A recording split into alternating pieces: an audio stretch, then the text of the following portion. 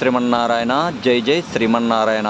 భీష్మ ఏకాదశి రోజున ఎలాంటి కార్యక్రమాలు మొదలుపెట్టినా అవి విజయవంతంగా అవుతాయి. ఎందుకంటే ఈరోజు విష్ణు సహస్రనామాలు కానీ, శ్రీమన్నారాయణని దివ్య దర్శనం కానీ, లక్ష్మీదేవి దర్శనం కానీ ఆలయాల్లో చేసుకొని ఆ రోజు విష్ణు సహస్రనామావళి పారాయణం చేయడం అనేది చాలా విశిష్టమైనది.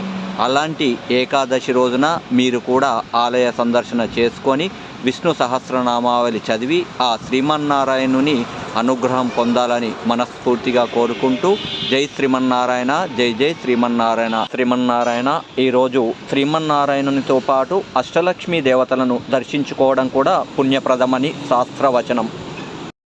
అలాంటి అష్టలక్ష్మీ దేవతలను మీరు కూడా అందరూ మా యూట్యూబ్ ఛానల్ ద్వారా వీక్షించి దైవానుగ్రహాన్ని పొందవలసిందిగా కోరుచున్నాము.